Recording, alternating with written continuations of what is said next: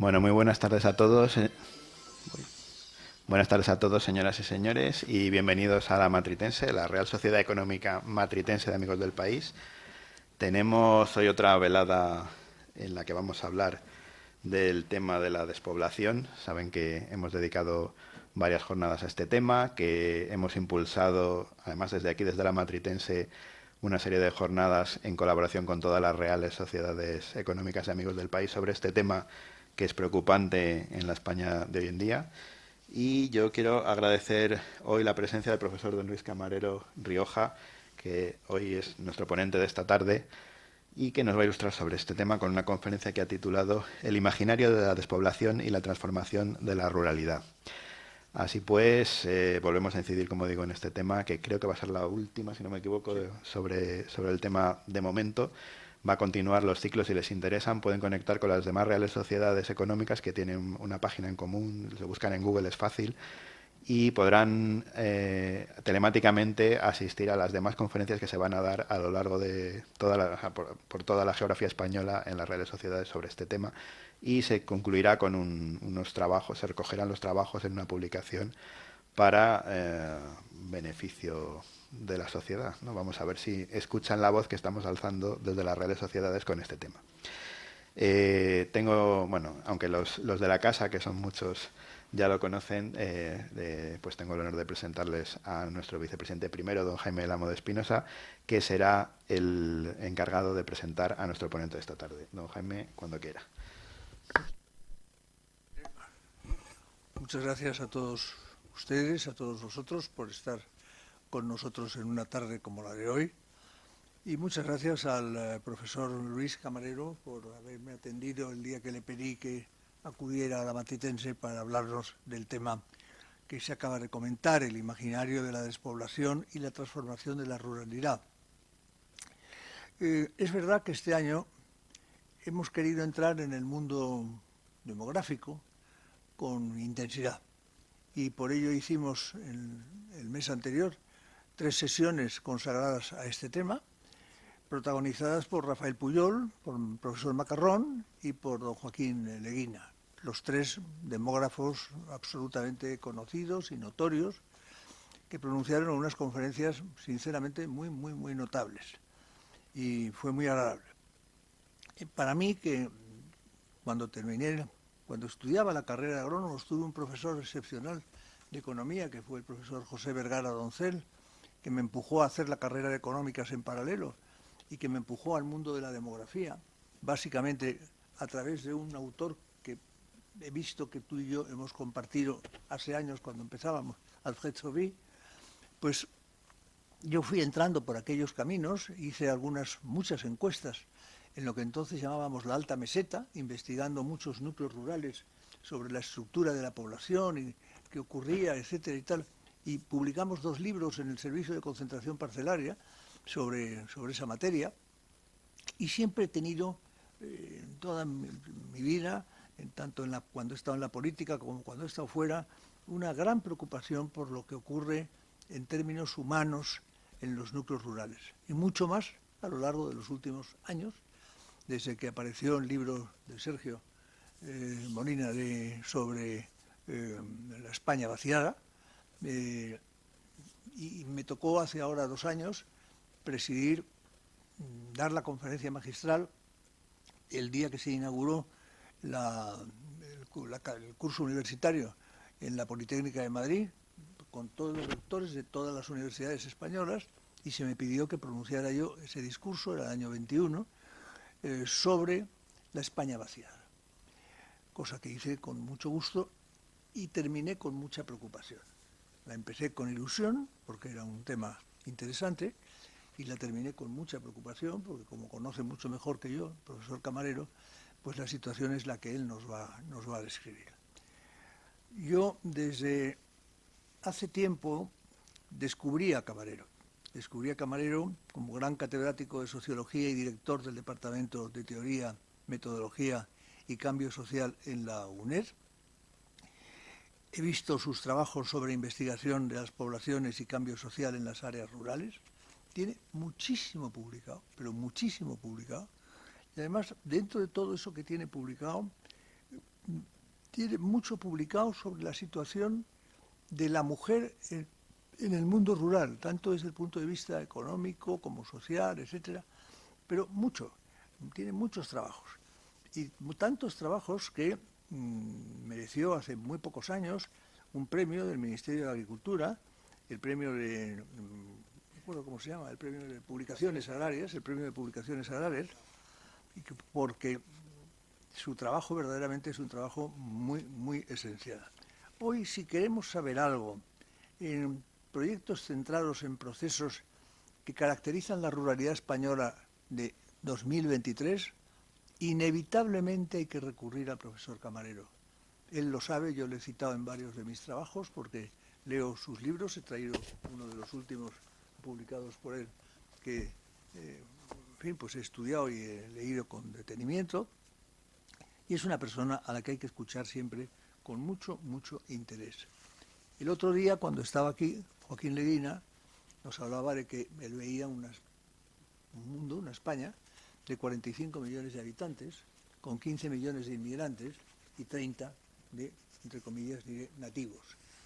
Pero pueden ser esas cifras, pueden ser otras, hay otros que calculan cifras distintas, pero lo que demuestra es que estamos en una situación absolutamente diferente a la que yo viví cuando terminé mi carrera o mi vida universitaria, o cuando empecé mi vida política o era ministro de Agricultura, en que este tipo de diferenciaciones poblacionales no se daban.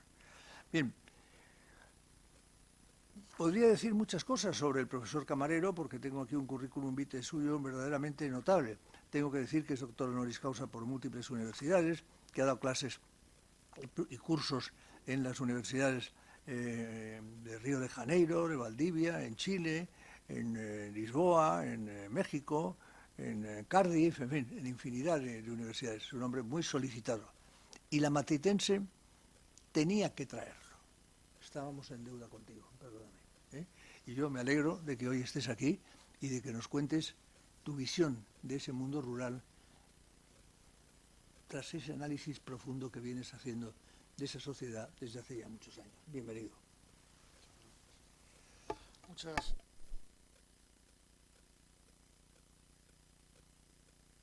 Un micrófono para que se oiga. Sí.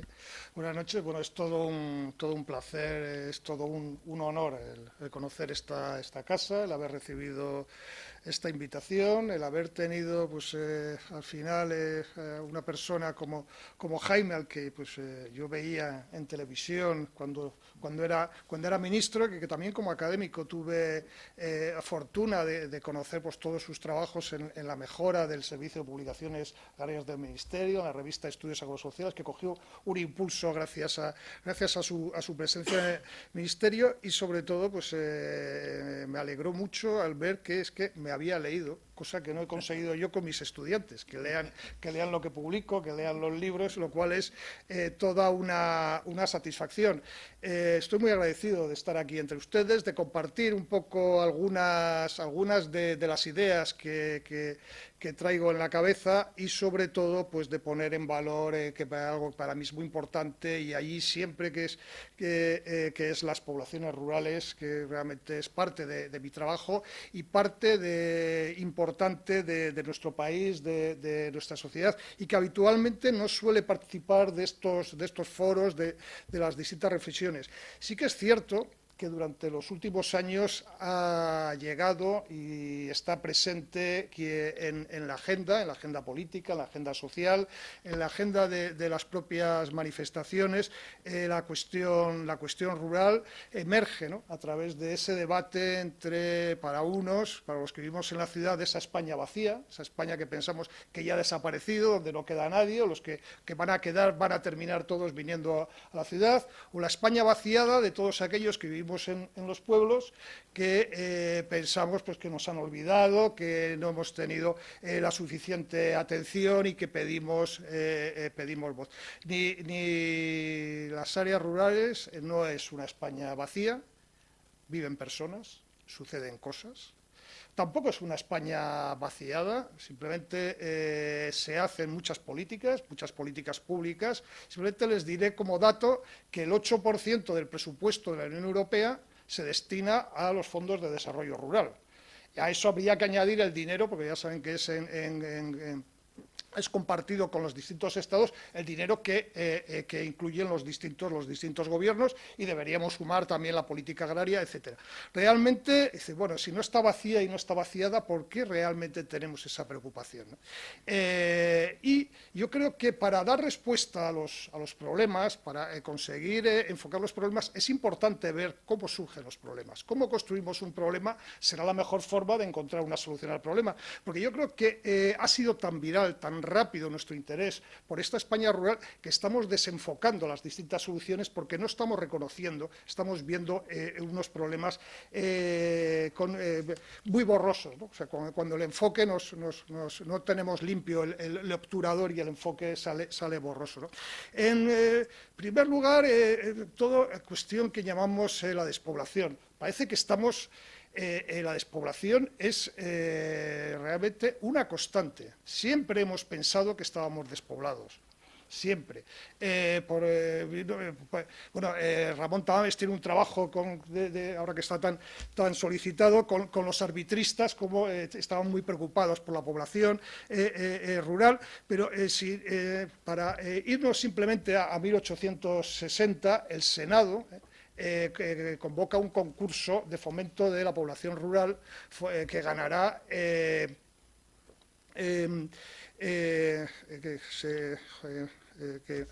Fermín Caballero, que propone el coto acasarado. O sea, realmente la sensación de que España no hay población suficiente,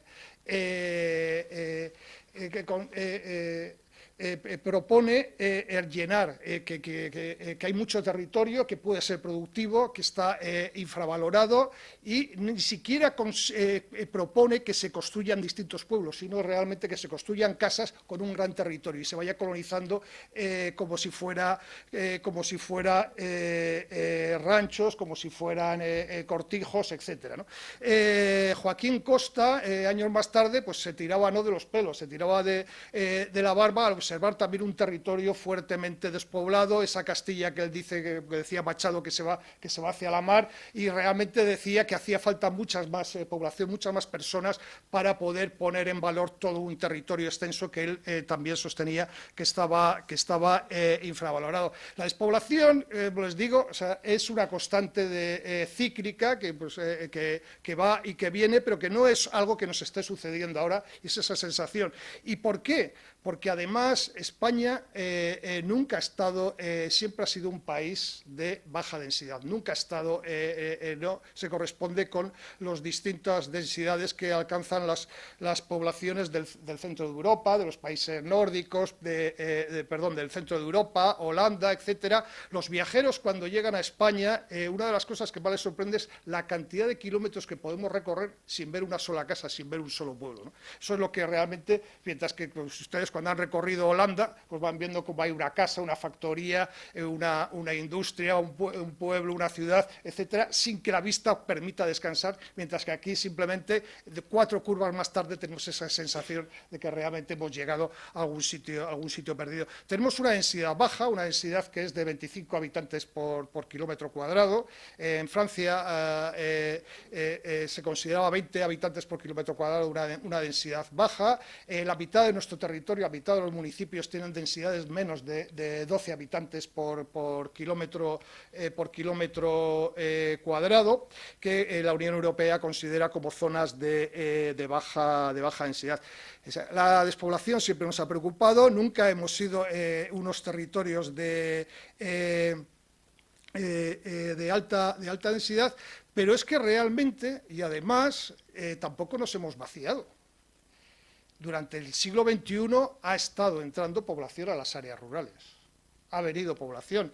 Saben ustedes que hemos tenido un crecimiento de población que ha venido del extranjero importante, que ha generado una nueva configuración de nuestras ciudades, una sociedad más diversa y cosmopolita, pero también ha tenido entrada en las áreas rurales. Nosotros seguimos imaginando, seguimos construyendo que las áreas rurales se está yendo la población cuando realmente durante toda la primera parte, la primera década del siglo XXI ha estado entrando población que procedía del extranjero a las áreas rurales. Para que se hagan una idea, ahora mismo tenemos un 10% de la población que reside en nuestros núcleos rurales que ha nacido en el extranjero. Si nos vamos a población joven, a las nuevas, ¿quiénes van a ser? Nos preguntamos quiénes serán las nuevas generaciones rurales, los menores de 13 años, descubrimos que entre los que han nacido en el extranjero y todos aquellos que su madre ha nacido en el extranjero, estamos en cifras que es el 20% de las nuevas generaciones de habitantes rurales tiene un origen fuera de ese territorio que nosotros pensamos inmóvil, fijo, inmóvil, etcétera, ¿no? Realmente es estamos construyendo este imaginario, ¿no? De una forma bastante diferente, ¿no? Y además, ¿por qué nos sorprende que las áreas rurales puedan perder población cuando realmente España está perdiendo población? España pierde población entre el 2012 y el 2017, pierde población como resultado de la crisis económica de 2008, que todavía sigue coleando en algunos de los aspectos. En 2015 había entrado ya en recesión vegetativa, es decir, la mortalidad superaba a los nacimientos. Ahora he estado mirando el último dato disponible, que es el de 1 de enero de 2022, la población sigue siendo menor que la población que teníamos en 2019, realmente no tenemos un crecimiento poblacional. Sin embargo, nos asusta que las áreas rurales estén perdiendo población. ¿No será quizás un desplazamiento, ¿no? Un desplazamiento de eso? Y además, la despoblación, ¿cuándo la medimos? ¿Cuándo la medimos? Yo ayer estuve en el monasterio, en el pueblo de Santo Domingo de Silos. Domingo de Silos tiene 240 habitantes, incluyendo a los monjes benedictinos. Conté cinco restaurantes, así que se veían, probablemente hubiera un sexto, incluso puede que exista un séptimo restaurante. Nos da una densidad de un restaurante pues, rápidamente por 40 personas. En la Comunidad de Madrid tenemos 30.000 restaurantes, somos 6 millones, es decir, tenemos 5 veces más restaurantes en Santo Domingo de Silos, un lugar perdido en el territorio, importante y simbólico, que en toda la Comunidad de Madrid, donde está concentrada la mayor parte de la población. Claro, yo fui ahora en marzo, donde realmente es un pueblo que no veíamos a nadie, estos pueblos que, sin embargo, si hubiera ido en julio, probablemente no solo he encontrado mesa en ninguno de los 5 o 6 restaurantes, ni aún siquiera con reserva, tampoco hubiera encontrado aparcamiento, y eso que la mitad de la superficie de este pueblo de 250 habitantes es un gran aparcamiento que han tenido que hacer porque el aparcamiento del monasterio. Entonces, realmente, ¿por qué estamos construyendo esta emergencia de la despoblación? Realmente buena parte es un sentimiento, es, como les digo, un imaginario. Nos hemos imaginado que es una España que está desapareciendo, cuando si miramos dentro vemos que existen muchos procesos que son muy interesantes. ¿Cómo hemos llegado a esta situación? Yo creo que ahí hay 3 factores, ¿no? Porque realmente despoblación cuando publica, como decía Jaime, Sergio del Molino, el libro de la España vacía, un recorrido por un país que nunca existió, es 2016. ¿Qué está pasando en ese momento? ¿Qué está pasando? Pues pasan varias cosas. Primero, estamos inmersos, como siempre en este país, en un debate de financiación regional que es eterno, donde, sobre todo a partir de la carga de la compensación por cuidados, se empiezan a utilizar otros criterios que ya no es la mera densidad, no es la mera población que tienen los distintos territorios para redistribuir el dinero, sino que se empieza a observar cuestiones como es la densidad, como puede ser la dispersión de la población, como pueden ser las tasas de envejecimiento, es decir, se empiezan a emplear distintos indicadores para medir qué es lo que está sucediendo en el territorio, más allá de que el reparto anterior, que era tanta población, tanto dinero de manera proporcional. Se empiezan a intentar valorar otros coeficientes correctores que hagan frente al coste que tiene realmente la atención a la población en el territorio. Esta es una parte de ese debate que se está produciendo en estos años, y por otra tenemos una importante crisis demográfica que se produce a consecuencia de la crisis de 2008. Como les digo, aumenta mucho la inmigración, muchos de nuestros jóvenes, la generación mejor preparada de nuestra historia, vemos cómo cogen las maletas, muchos de nuestros hijos, y se desplazan a Londres, se desplazan a Alemania a desarrollar esos trabajos ya como licenciados, como ingenieros, como médicos, etcétera, pero tienen que emigrar a pesar de ello. Tenemos esa situación que realmente estamos, como les digo, en una crisis demográfica, la mortalidad supera la natalidad y además estamos viendo cómo la población sale. Pero además hemos perdido las fuentes de entrada de población. Como consecuencia de la crisis de 2008, la inmigración que procede del extranjero reduce su llegada, y especialmente se reduce los procesos de reagrupamiento familiar. Porque los inmigrantes que llegan vienen solos, pero generalmente en poco tiempo reintegran, reagrupan a sus cónyuges, reagrupan a sus hijos, y además generan una importante juvenilización de la población. Eso se pierde también, ¿no? Entonces tenemos un difícil debate regional, una crisis importante demográfica que está afectando de manera muy intensa a las áreas rurales, porque buena parte de los inmigrantes que estaban en las áreas rurales lo que han hecho es irse a las ciudades en busca de mejores condiciones, e incluso a ciudades del centro de Europa, ¿no? Entonces, eso, y también, además, como consecuencia de la crisis, yo creo que si se acordarán de cómo subían las tasas de riesgo. Estábamos siempre constantemente mirando el tipo el diferencial del bono con Alemania, y estamos sometidos a unas fuertes políticas de austeridad que sobre todo consisten en la reducción de la prestación, en la racionalización, en la prestación de distintos servicios públicos en las áreas rurales. Fácilmente entramos en esta situación de dificultades económicas, de dificultades demográficas y de tensiones en el reparto regional. Entramos en una situación de pánico, una situación que, y esto sí que lo explica bien Sergio del Molino, se ve agravada por el componente generacional, por la nostalgia de las generaciones que habían nacido en los años 50, estas generaciones que nacen rurales y que de la noche a la mañana se convierten en generaciones urbanas, sin haber sabido cómo ni por qué del pueblo pasan directamente, se transportan a la ciudad. Estas generaciones, nacidos en los 50, justo en estos años empiezan a jubilarse, empiezan a retirarse de su actividad y empiezan a reconstruir esa nostalgia sobre el territorio que han abandonado, sobre el territorio al que les gustaría volver, etcétera, ¿no? Y aquí es donde se construye un mundo perdido que se va idealizando, y es donde hemos construido este imaginario de la despoblación. Pero ¿qué es lo que ha sucedido, ¿no? ¿Qué es lo que ha estado sucediendo? Bueno, algunas claves ya las he ido incorporando en el relato, pero buena parte vamos a situarnos en la segunda mitad del siglo XX, el proceso de modernización de España, un proceso de modernización que pasamos de una España que era eminentemente agraria a una España que realmente ha abandonado la actividad agraria. Hoy en día tenemos no la producción agraria, la actividad. que es distinto.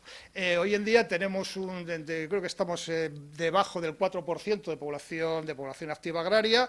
Cuando firmamos la Constitución estábamos en estábamos en el 27%, todavía en los años 70 estábamos en la cuarta parte de la población española vivía de la agricultura, pero la desagrarización no es solo esa pérdida de población agraria, sino de la centralidad que tenía la actividad agraria en los distintos núcleos, en la regulación no solo ya de la estructura social, sino también de los ritmos y de las distintas formas culturales de nuestros núcleos rurales. Hoy hemos transmutado una agricultura que estaba asentada en el territorio a una agricultura que ha ido progresivamente abandonando el territorio. Es una agricultura que se dirige al mercado, es una agricultura que ya no es una agricultura familiar. Yo he estimado que las familias, que al menos 2 personas de la familia vivan de la agricultura, están en torno a las 50.000 familias en el conjunto de este país. Realmente son familias que uno de los miembros es agricultor, los otros miembros desarrollan otro tipo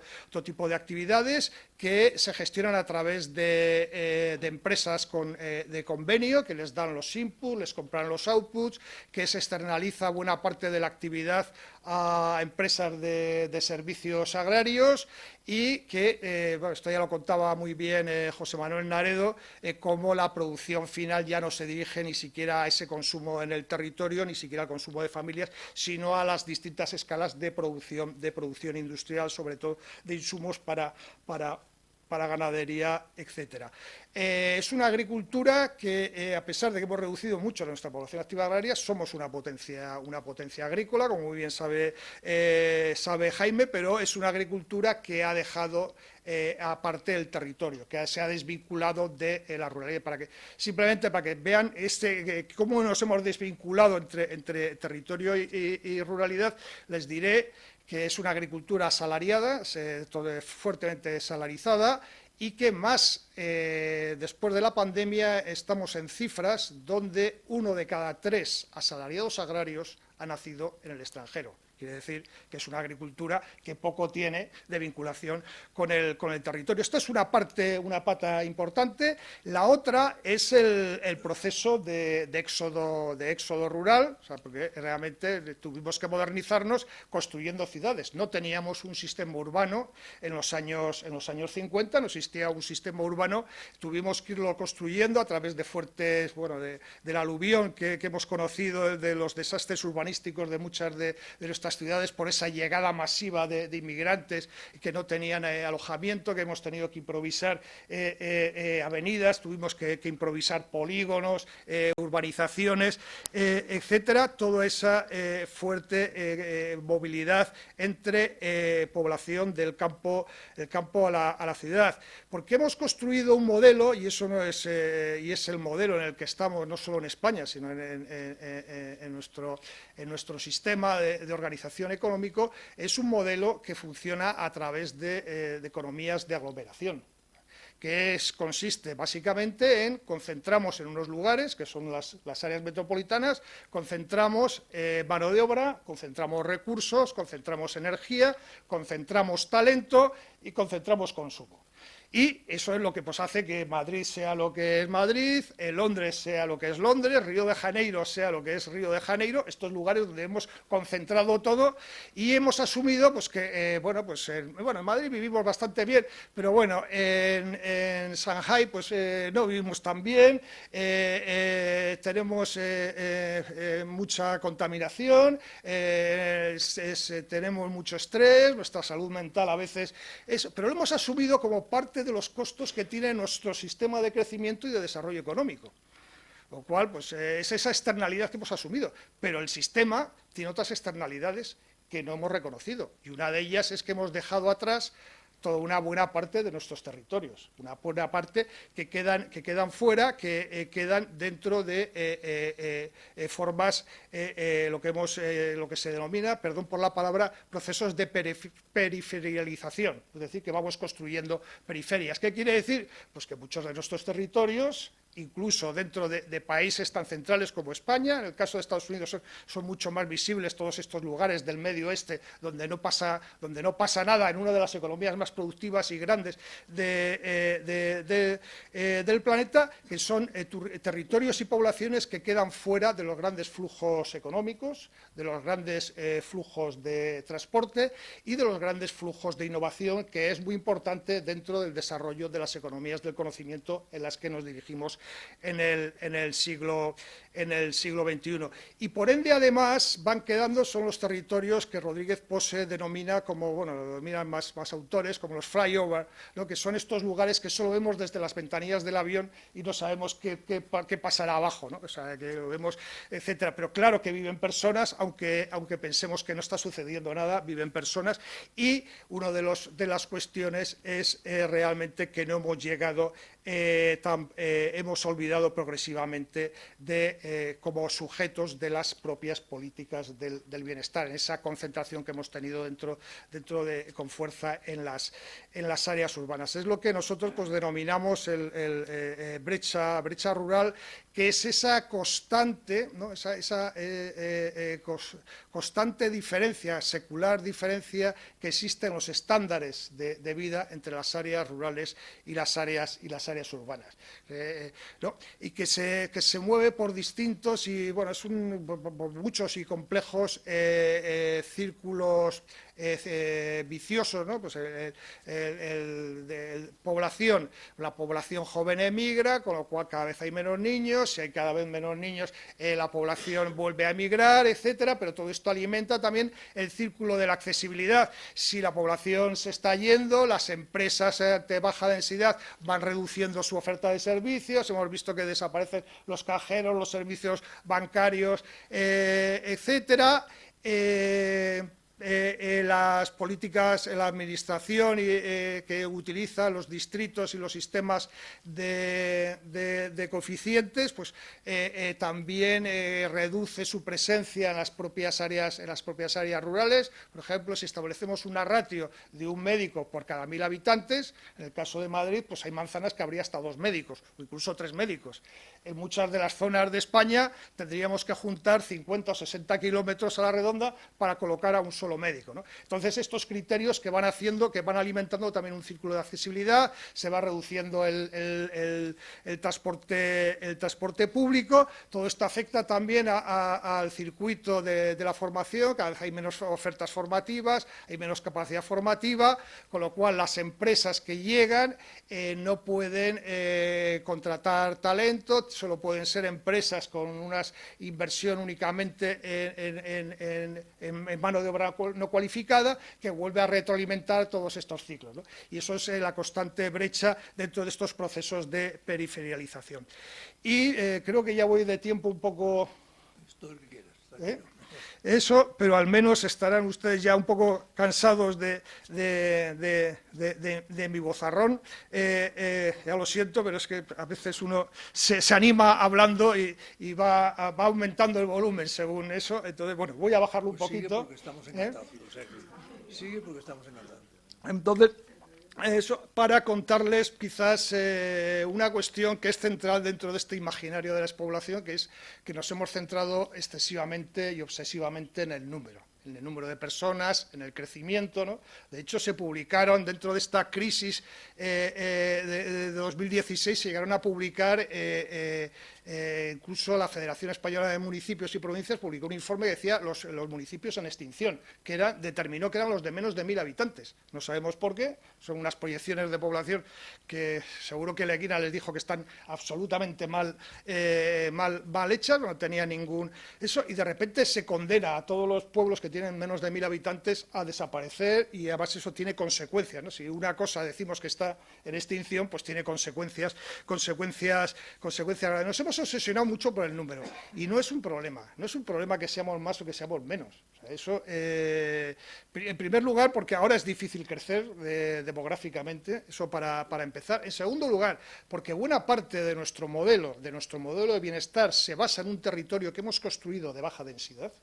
buena parte de nuestra calidad ambiental, buena parte de nuestra calidad alimentaria, buena parte de nuestra diversidad y nuestras formas de vida solo son posibles porque tenemos un territorio amplio de baja densidad. Si tuviéramos territorios absolutamente congestionados, pues sería difícil que tuviéramos la dehesa, esa joya que tenemos de convivencia entre naturaleza y producción agraria y producción cultural.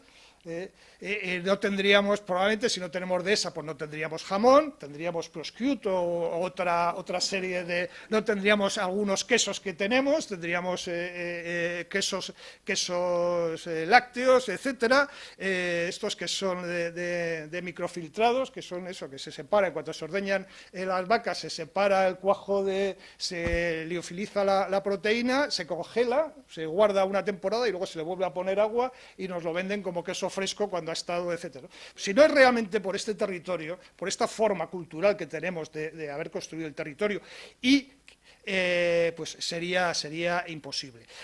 Nos hemos obsesionado mucho con el número y ahí es donde está el problema, que la despoblación tenemos que enfocarla a través del equilibrio. Y no estamos visibilizando los equilibrios. Si empezamos, si yo les hubiera dicho que despoblación se define como aquellos lugares donde la población ha caído más de un 10% en los últimos 5 años, pues ya no hubiera valido para nada nuestro análisis, porque no podríamos enfocar. ¿Y qué hacemos ahora para que crezca la población? Pues no lo sé, o sea, eso va a ser muy difícil, etc. Nuestro problema es otro, nuestro problema es que hemos generado distintos desequilibrios en este proceso de modernización. Uno de ellos es el desequilibrio entre las generaciones. Es una cuestión difícil porque somos una sociedad fuertemente envejecida, tenemos una esperanza de vida muy elevada y estamos en el conjunto de Europa con unas proporciones de población. Yo ya antes se utilizaba aquello de más de 65 años, que realmente es cuando se es más joven, ¿no? Yo ya utilizo los de 80, pero como indicativo, ¿no? España tenemos en las áreas rurales todas las zonas que tenemos entre Zamora, Salamanca, la zona de la raya con Portugal y Portugal por su parte también, toda esa zona, pues estamos en 15%, que es de las más altas, 15% de personas de más de 80 años. ¿Cuál es el problema? El problema no es que haya personas de más de 80 años. Afortunadamente tenemos muchas personas que viven mucho tiempo y eso es una parte de nuestra calidad y de nuestra vitalidad. El problema es que no tenemos generaciones intermedias, que no tenemos generaciones que puedan establecer distintos procesos de desarrollo, que puedan dedicarse a los cuidados, que puedan dedicarse un poco generaciones intermedias, estas generaciones soporte que puedan... entonces ahí nos hemos quedado en un fuerte desequilibrio. Y eso es una cuestión que resulta muy importante. ¿Cómo reequilibrar, ¿no? Precisamente la entrada de población inmigrante fue clave, porque llegó un momento en que casi consigue levantar la situación demográfica que teníamos a través de la natalidad y del regrupamiento de familias que tenían, ¿no? Tenemos que reequilibrar y en muchas áreas rurales, aunque tenemos procesos de desarrollo, no encontramos capital humano para poder llevarlos a cabo. No hay personas que podemos llevar dinero, podemos llevar distintas políticas, pero luego no encontramos actores y eso es uno de los grandes problemas, no solo en España, se está produciendo también en Alemania, que han conseguido frenar bastante en Alemania todo lo que fue desde la apertura del muro de Berlín, toda la movilidad entre el este y el oeste, que genera estos problemas. Lo tienen también en las zonas del interior de Francia, etcétera, ¿no? Este es un problema que debemos atender, no es tanto el problema de número como el desequilibrio que establecemos entre de las distintas generaciones. Hay otro desequilibrio que pasa inadvertido y que pasa como anecdótico, que es la masculinización. En las áreas rurales hay muchos hombres y pocas mujeres. Y esto es por una sencilla razón, porque las mujeres se han ido a las ciudades mucho más que que los hombres, ¿no? Las causas, bueno, pues tienen que ver con, sobre todo, pues con una cuestión que es la movilidad, el carácter muy restrictivo que tienen los mercados laborales. Los mercados laborales en las áreas rurales son muy restrictivos, especialmente muy restrictivos para las mujeres. No permiten, yo siempre, pues uno entra de botones en un hotel aquí en Madrid y probablemente después de botones pasa a recepción, después de recepción pasa a subdirector, luego puede pasar y finalmente puede incluso terminar como director de hotel o director de la cadena de hoteles y puede ir progresando y promocionando. Si entramos a trabajar en una conservera, entramos poniendo latas y 30 años más tarde, si no han cambiado las latas, seguimos haciendo el mismo giro con la muñeca. Se han cambiado, probablemente no estemos haciéndolo porque hayan puesto una máquina que lo va a hacer mucho más rápido. No hay suficiente promoción. Y porque esto, ¿cómo se resuelve? Pues en las áreas rurales lo ha resuelto de una manera muy sencilla. Más de casi el 70% de los habitantes de las áreas rurales coge a las mañanas su vehículo, conduce y se va a trabajar a otro núcleo. Eso. En el caso de las mujeres hemos observado que esto era más difícil, porque la crianza les impedía la movilidad, la crianza siempre se les atribuía con responsabilidad, les impedía la movilidad, les impedía estar realizando este commuter. ¿Qué hacían? Pues se iban directamente a la ciudad, donde tenían más oportunidades de promoción y unas mejores oportunidades de conciliación de la vida laboral y familiar. Todo esto que hemos visto de caravana de mujeres, flores del otro mundo, y decía el Boyaín, no crean ustedes que es anecdótico, es muy real, y además eso está condicionando a las nuevas generaciones de jóvenes, porque estamos construyendo un espacio muy asimétrico, y eso de cara al desarrollo pues resulta poco oportuno, ¿no? Y además hemos construido, o sea, desequilibrios de generación, desequilibrios por sexo y una fuerte diversidad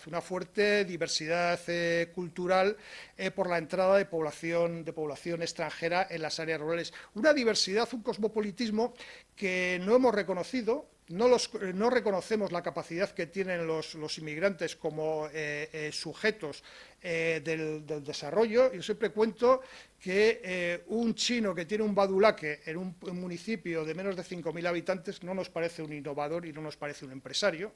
Sin embargo, una persona que tiene una tienda de mermeladas en ese mismo pueblo, fuertemente subvencionada y que probablemente no venda mucha mermelada, nos parece un ejemplo de innovación, ¿no?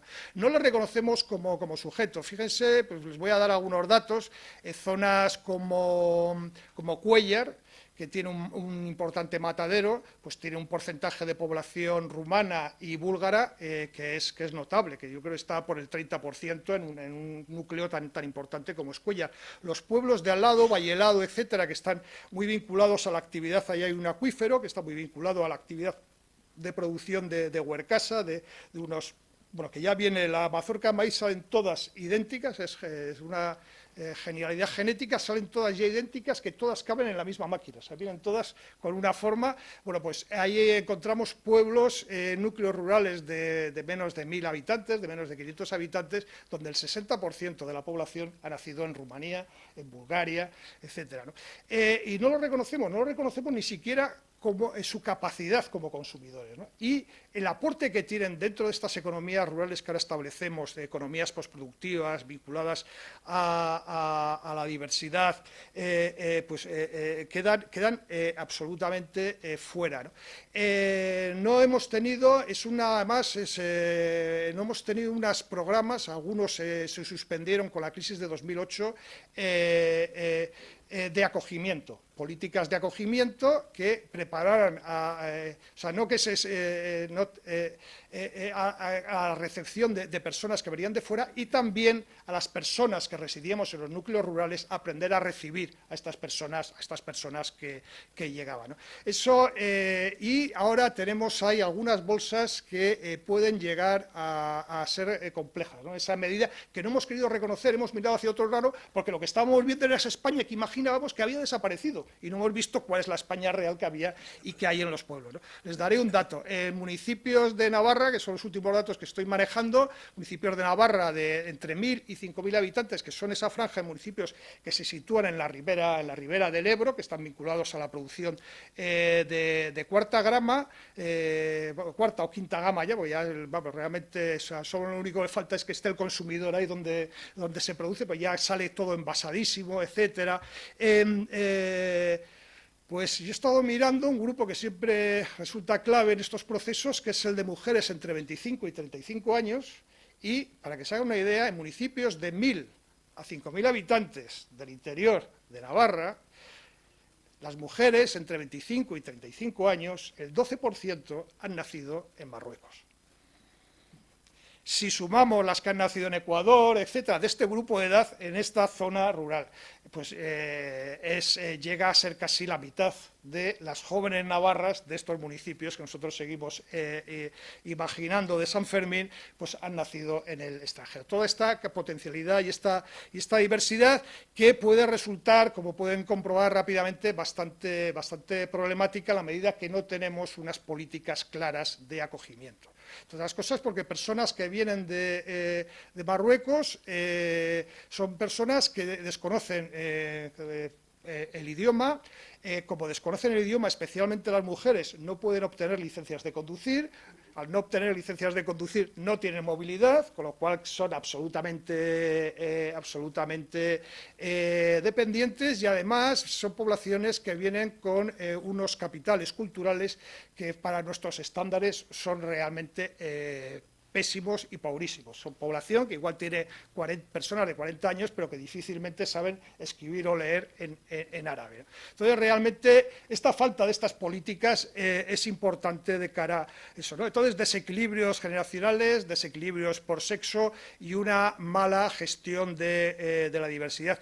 Y añadiré otro que tiene que ver con el sobrecoste, ¿no? Con el sobrecoste que tiene vivir en las áreas rurales, y lo voy a hacer con un solo ejemplo, que es otro de los grandes atractivos para que nos vayamos de las áreas rurales hacia las ciudades. Hoy en día, la reducción del transporte público, bueno, el correo, aquello, ¿se acuerdan ustedes del correo que iba por los pueblos? Que era el autobús, eso desapareció, que incluso traía las películas, ¿no? Venía y traía las películas, desapareció el correo, han desaparecido los ferrocarriles de vía estrecha, las líneas de autobuses han desaparecido y no tenemos un sistema de transporte público, y tenemos pocos servicios, tenemos que ir a trabajar fuera, y eso lo tenemos que hacer siempre con nuestro vehículo privado. Hemos calculado y hemos estimado cuáles son los costes, y para una familia con 2 hijos que viven en el medio rural, le supone el gasto en movilidad, le supone entre un 20 y un 22% de la renta disponible. Si estamos definiendo que una zona tensionada de alquileres puede ser el 30%, cuando se paga el 30% de la renta disponible, es una zona tensionada, realmente deberíamos empezar a declarar buena parte de la España rural como una zona tensionada en transporte. Y esto además genera, pues eso, el que puede moverse y el que queda inmóvil, atrapado en el territorio.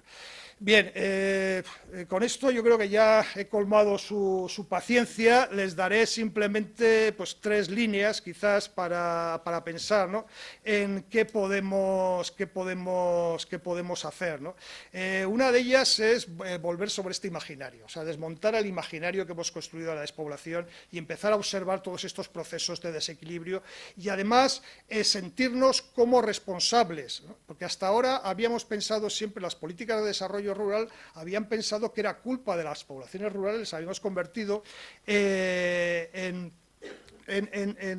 culpables de sus dificultades de desarrollo, porque pensábamos que habían sido incapaces de integrarse dentro de los procesos de desarrollo. Realmente estos desequilibrios, esta brecha urbano-rural está construida por nuestro sistema de desarrollo.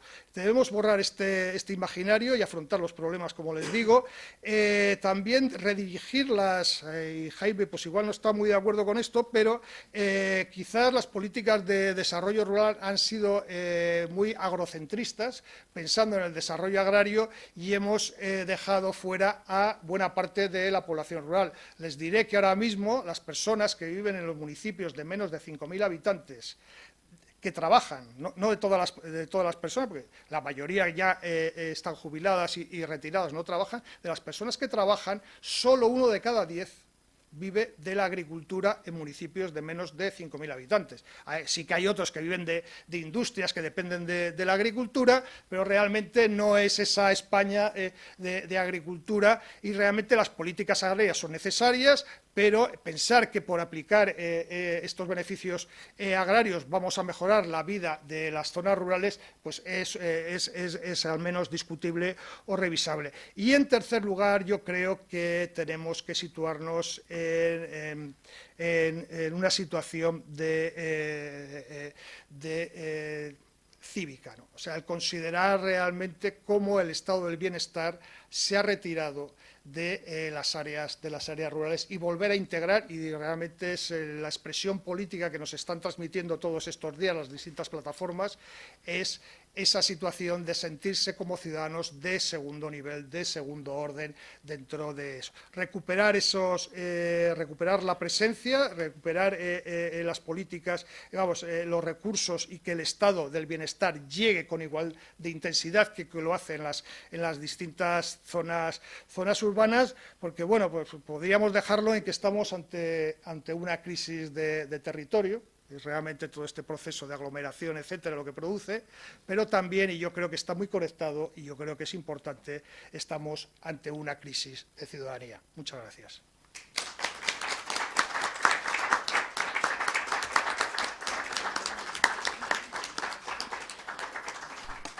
Estaba seguro que la intervención del profesor Julio Camarero sería tan brillante y tan excitante como lo ha sido. Mil gracias, Julio. Déjame que te diga, perdón, Luis, déjame que te diga que coincido incluso con esa parte que tú creías que yo no iba a coincidir, incluso en eso. Además te diré que estás en una casa, los ilustrados vivieron obsesionados con la repoblación de España, aunque ellos la obsesión que tenían era por disponer de más tropas para la guerra, no de personas para producir en el mundo agrario. Pero, sin embargo, las políticas de colonización de determinados territorios de España pues estaban orientados en esa dirección. Y luego has hecho una referencia en algún momento a los temas del cómputo de las poblaciones y las rentas y las ayudas directas y tal, que me ha recordado a un libro que te mandaré, que escribimos hace ahora en el año 13, los profesores Juan Velarde, Ramón Tamames, Pedro Schwartz, Pepe Barea y yo, de los cuales desgraciadamente Pepe Barea y Juan Velarde pues han fallecido, que era sobre el sistema de financiación autonómico, y criticábamos precisamente el que se había pasado de un sistema de contabilización, criticábamos que había un sistema antes de contabilización unipersonal, y que ahora se había ido a unas fórmulas en las que se quería introducir los equilibrios educativos, los sanitarios, etcétera, para construir un esquema que luego no ha funcionado, porque el nuevo sistema de financiación autonómico que se iba a crear nunca se creó. Ha sido interesantísimo todo lo que nos has contado. A mí me ha recordado un pueblo de España que conozco con especial intensidad, en la provincia de Valencia, en donde en los años 80, 90, llegaron muchas personas, fundamentalmente de Rumanía. Hubo un aluvión rumano tremendo, y que en el año 2008, como tú has comentado, desapareció por completo. Desapareció. Nos quedamos ahí en una situación tremenda. Y es verdad lo que tú comentas sobre el mundo de las mujeres y el mundo de la agricultura, en donde las mujeres han encontrado bastante su lugar de trabajo cuando se trata de granjas, pero no desde luego en lo que es la actividad agrícola, digamos, directa de cultivo de la tierra, sí en la parte de ganadería, no en el resto, etc. Yo estoy absolutamente de acuerdo con todo. Me ha llamado mucho la atención muchas cosas que has contado, he tomado muchas notas. Me ha llamado mucho la atención tu alusión, porque yo ese es un tema que sigo con mucho interés, de la franja francesa que va desde el sur-oeste al nordeste la diagonal que llaman ellos.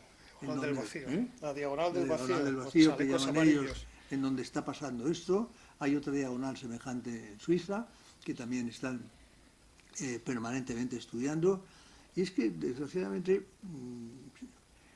ha habido también, yo creo que muchas cosas que han influido en el vaciamiento. A partir del momento en que los gobiernos, todos los gobiernos, me refiero, no los gobiernos de Franco y los de los distintos partidos políticos en la democracia, empiezan a desplazar a los niños desde los núcleos rurales pequeños a los mayores para poder estudiar allí, los empiezan a sacar y a desarraigar. Y eso mismo pasa después con el tema de los servicios médicos, que también hay que llevarlos, y al final no hay servicios médicos, no hay servicios educativos, no hay bancos. Hoy he oído en una radio que decían que en no sé qué pueblo estaban muy contentos porque un banco hacía pasar una furgoneta cada 7 días a una determinada hora para que los 40 o 50 personas que estaban ahí. Todo eso ha causado unos trastornos enormes, y ese vaciamiento al que tú te referías, que es verdaderamente imposible probablemente de recomponer. Lo que habrá que hacer es asumir, como tú muy bien decías, la situación y verla un poco con otra perspectiva. Bien, perdón que me haya extendido en estas reflexiones porque me ha provocado mucho el debate y me ha llenado de muchas inquietudes, ¿verdad? También pensando en las cosas que leemos, que tú y yo, y muchos del profesor Murillo sobre la serranía celtibérica y la Laponia del Sur y todo ese tema que lo tenemos en prensa a diario. Bien, perdón que me haya extendido. Supongo que querrá hacer preguntas. Adelante, Pedro. No hace falta.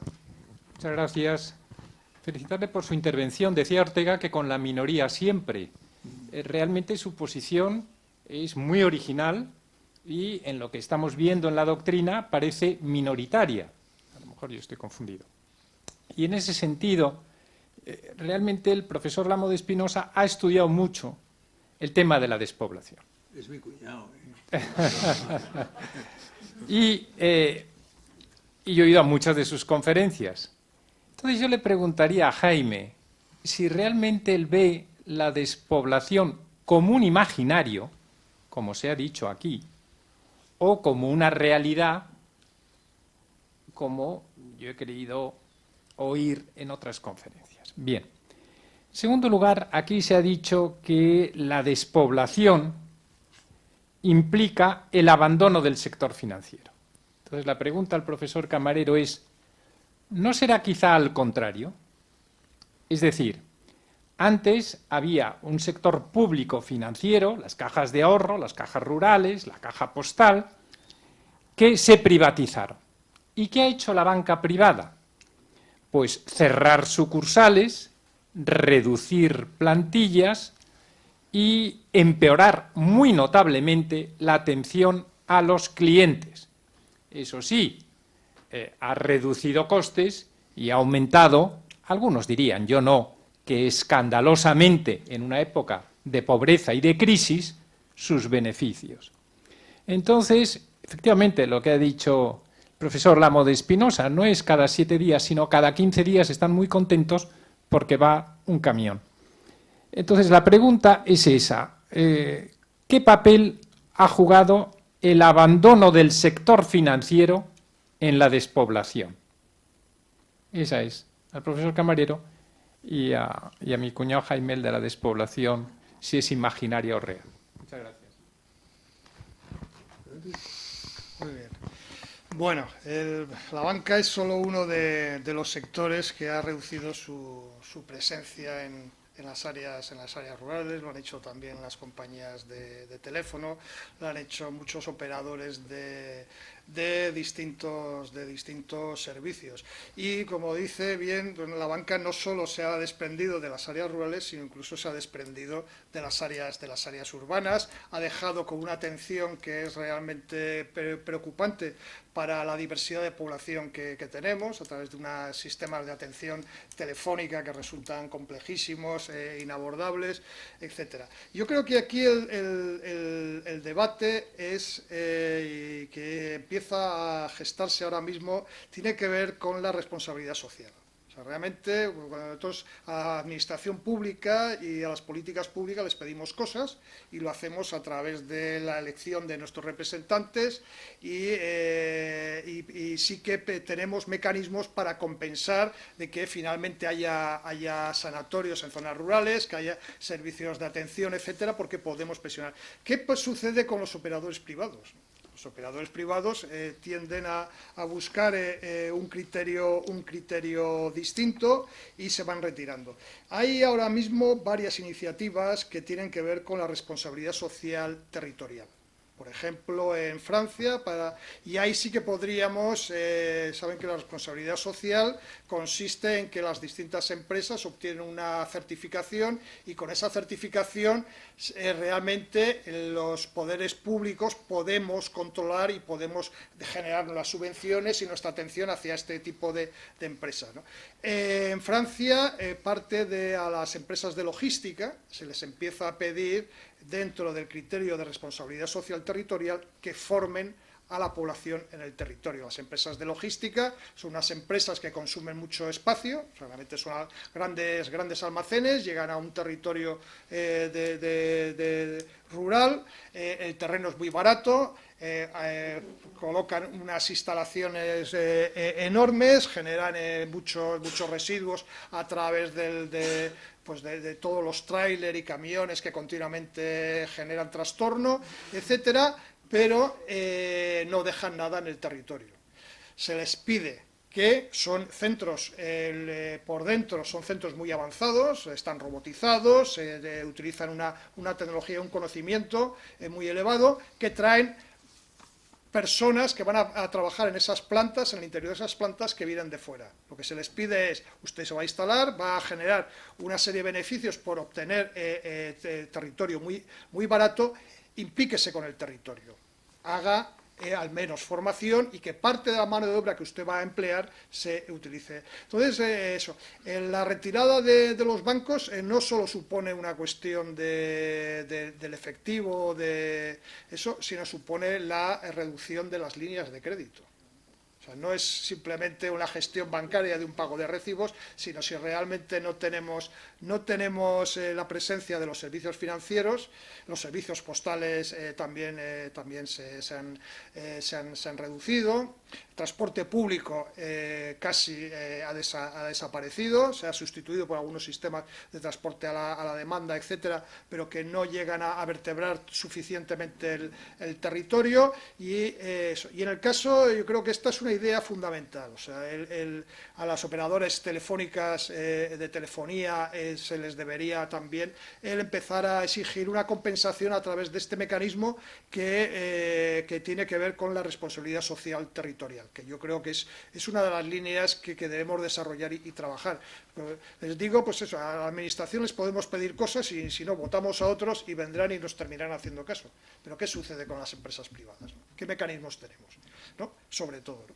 Bueno, pues si a través de estas certificaciones podemos considerar el dinero que aportamos y les empezamos a exigir de una manera clara esa implicación, yo creo que es esencial. Esa es la respuesta que le puedo dar. Bien, yo en relación con la pregunta de mi cuñado Pedro, haría algún comentario. La despoblación es real, pero no es igual.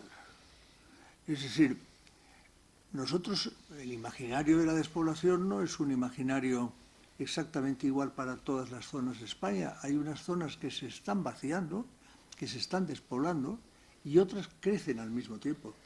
Lo comentaba antes el profesor Camarero cuando hablaba de las mujeres que se desplazan desde determinados núcleos rurales hacia las poblaciones de 10.000, de 15.000 habitantes, van subiendo el número, luego van a una población de 50.000, etcétera, y esas poblaciones van creciendo.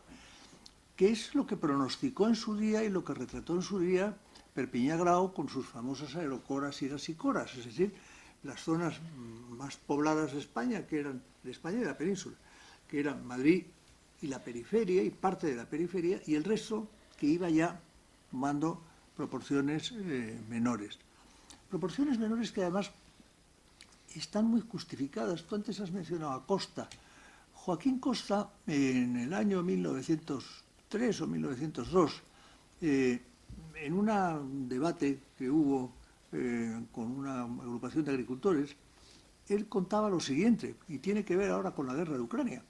Contaba que en aquel momento era más barato el kilo de trigo que llegaba desde Ucrania a través de Odesa y del Mar Negro a Barcelona, llegaba a precio más económico que el kilo de trigo que salía del Alto Aragón y bajaba a Barcelona. Y era una cosa terrorífica, porque claro, la competencia de aquellos agricultores eran los trigos andaluces y los trigos ucranianos. Bueno, de los andaluces, digamos, se aceptaba mejor, de los ucranianos no. Lo cual quiere decir que hay agriculturas extraordinariamente eficientes. Tú lo has mencionado antes, estamos viviendo un momento en el que hay unas zonas agrarias en España, cada vez más, en donde la agricultura es tecnológicamente muy avanzada, extraordinariamente eficiente, requiere poca mano de obra, pero la requiere con un cierto grado de cualificación que a veces se le da allí. Y por eso es más fácil encontrar mano de obra adecuada a la agricultura actual cuando la traemos de los países del este de Europa que cuando la traemos de Marruecos o del norte de África. Con lo cual, con esto quiero decir que hay una parte de imaginario y una parte de realidad que se va consumiendo poco a poco, ¿verdad? Desgraciadamente. Tenemos aquí otra pregunta.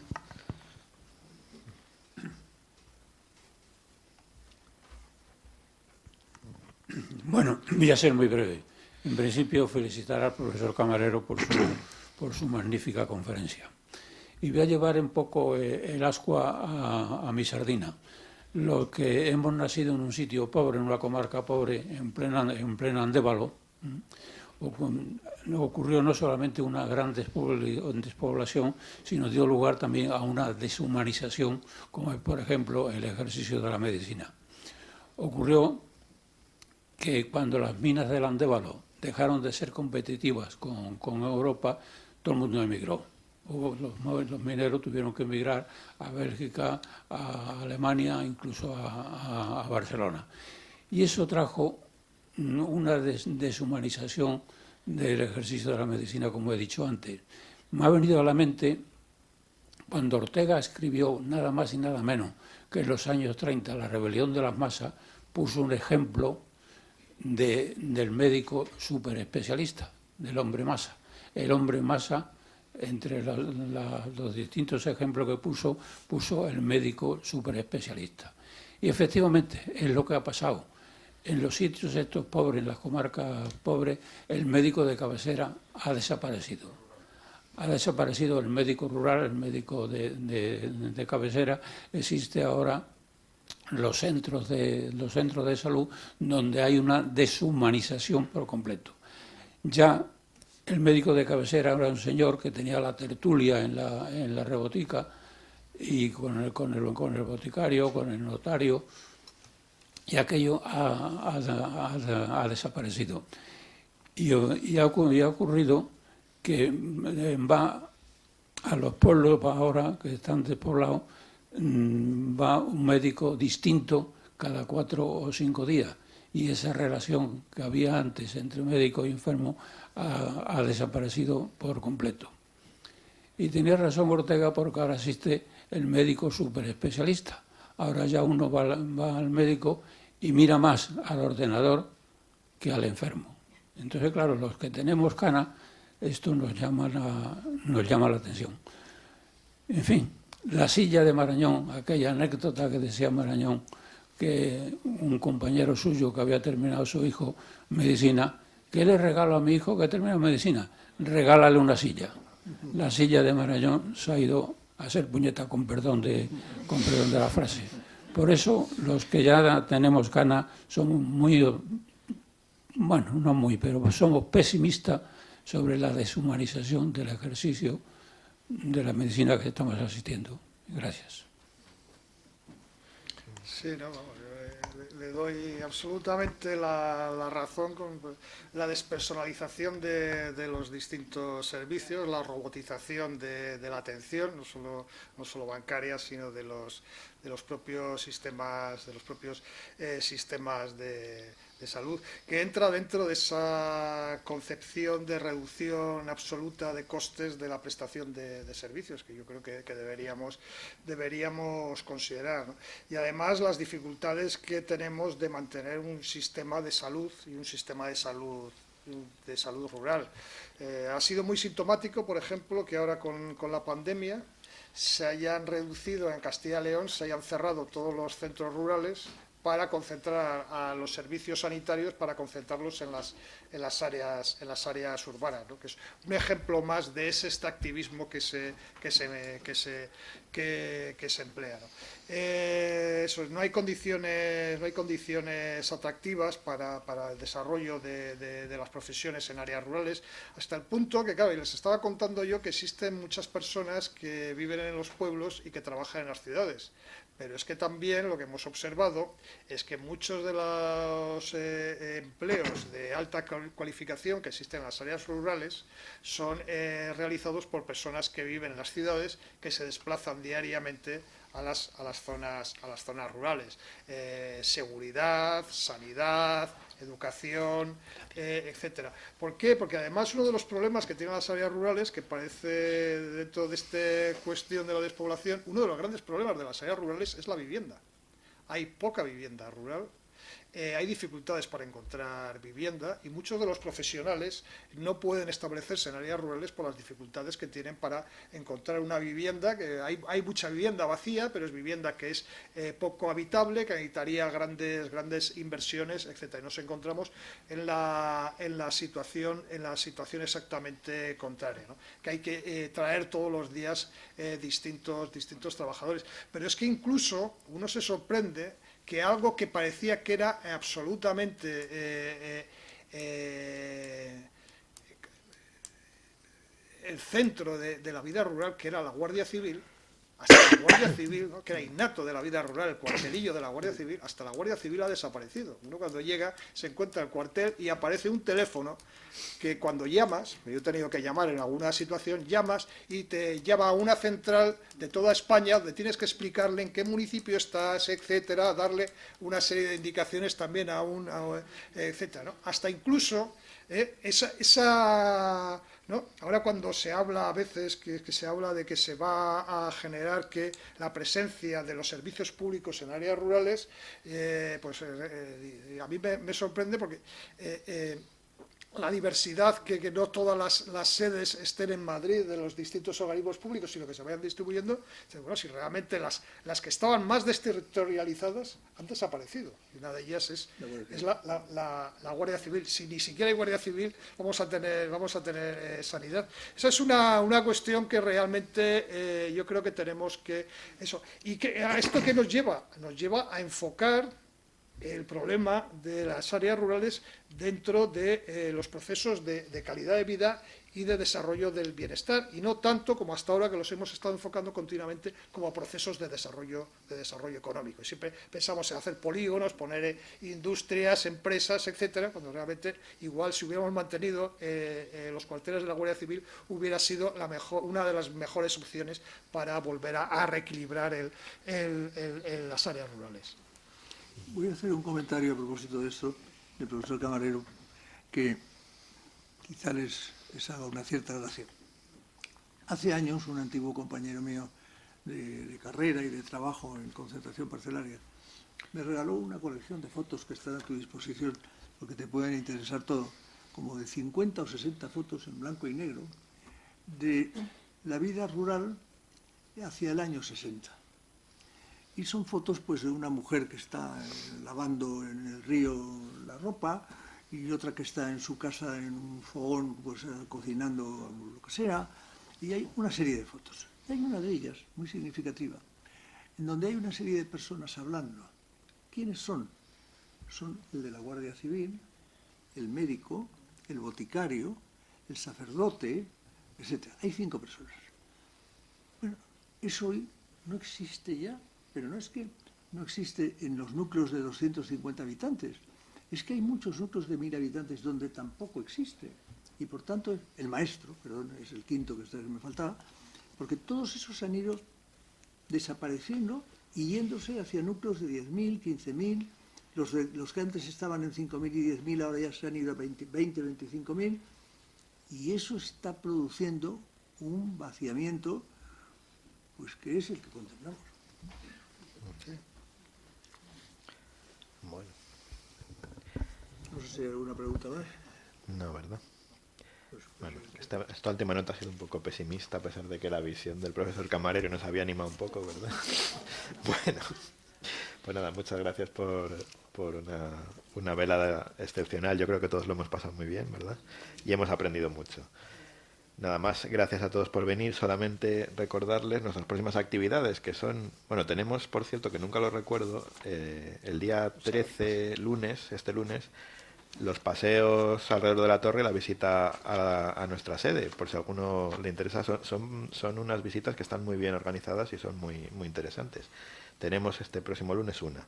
Y luego el día 16 jueves, la próxima semana, tenemos el asociacionismo en el mundo diplomático, un apoyo a la diplomacia global dentro del Foro de la Diplomacia, que saben que se celebra aquí, organizado en colaboración de la Academia de la Diplomacia del Reino de España. Muchas gracias a todos y les espero por aquí la próxima semana. Muchas gracias a Luis.